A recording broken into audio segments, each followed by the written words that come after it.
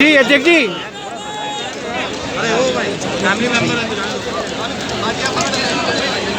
अध्यक्ष जी जी रामपुर से cycle rally शुरुआत करने का क्या उद्देश्य है रामपुर से अध्यक्ष जी? रामपुर का इसलिए ज़रूरी है कि सबसे ज़्यादा अन्याय रामपुर में हो रहा है समाजवादी कार्यकर्ताओं पर। आदरणीय आजम खान साहब उनके तमाम सहयोगी साथियों पे न जाने कितने झूठे मुकदमे लगे हैं और वो आज हमारे बीच नहीं है। कहीं न कहीं प्रशासन ने फंसाया है और सरकार के इशारे पर तमाम झूठे मुकदमे लगे हैं। हमें न्यायपालिका पे भरोसा है कि न्यायपालिका से आदरणीय आजम खान साहब उनके साथी और परिवार को न्याय मिलेगा। तो क्या संदेश देना चाहते हैं? ये रैली कहाँ से कहाँ तक जाएगी? लगातार समाजवादी पार्टी लड़ रही है और लड़ती रहेगी। ये रैली कहाँ से कहाँ तक जाएगी सर? ये फिलहाल जहाँ तक रामपुर के लोगों ने कार्यक्रम बनाया वहाँ तक साइकिल जाएगी।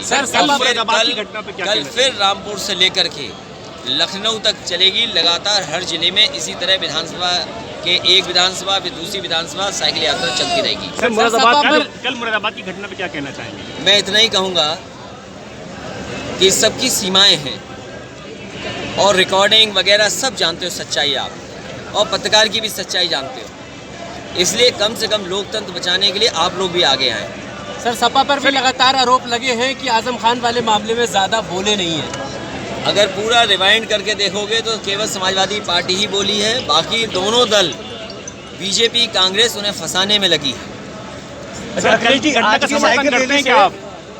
मुझे दुख है कि आज के समय पर ऐसे भी पत्रकार हैं जो परवाह नहीं करते हैं किसी की, और केवल हमला हमारी सिक्योरिटी पर नहीं हुआ है। जिस तरह की तैयारी थी वो हमला हम पर होने के लिए था।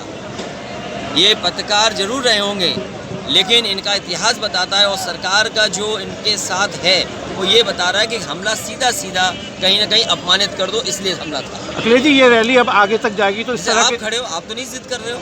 अब ये रैली आगे तक जाएगी? आप किसी को नहीं बुला रहे हो जिद करने के लिए, या हम जो बात कह रहे हैं और पहली बार तो नहीं कह रहे हैं, आपके बीच जाने कितनी बार बातचीत हुई है। वो ऐसी क्या बात थी, किसका दबाव था जिसकी वजह से ये सब कुछ किया गया? वो जानते थे कि रामपुर में साइकिल चलेगी, रामपुर से खराब मैसेज जाए, मुरादाबाद जो समाजवादी पार्टी का गढ़ है वहाँ से खराब मैसेज जाए, इसलिए जानबूझ करके साजिश रची है। क्या आप बंगाल में नहीं देख रहे हैं ममता बनर्जी के साथ क्या हो रहा है? वो मुख्यमंत्री ना बन जाए, जनता मुख्यमंत्री बनाना चाहती है, जनता बनाएगी मुख्यमंत्री उन्हें, लेकिन क्या साजिश चल रही है?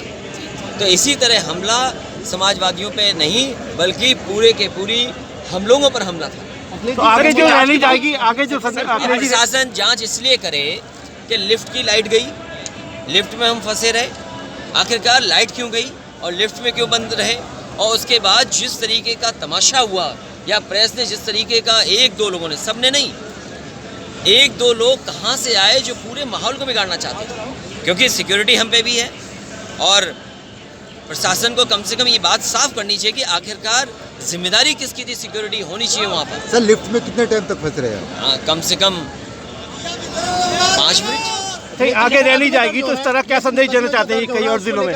क्या कहेंगे आप, क्योंकि सपा पर भी हो रहा है मुकदमे, तो हम पे भी दर्ज हो रहे हैं। जी जी जी, समाजवादी पार्टी पे दर्ज हो रहे हैं, कोविड में दर्ज हुए, NRC में दर्ज हुए, NRC में हुए, CA में हुए, सब पे मुकदमे हैं। और पत्रकार साथी अगर सच दिखा दे तो पत्रकारों पे भी हो रहे हैं। और तभी दुनिया में लोकतंत्र की सबसे ज़्यादा गिरावट का अगर कहीं आंकड़ा आया तो भारत का आया है। आप कुछ सच नहीं बोल सकते, सच बोलोगे जेल भेज दिए जाओगे, आप कोई आंदोलन करोगे तो जेल भेज दिए जाओगे।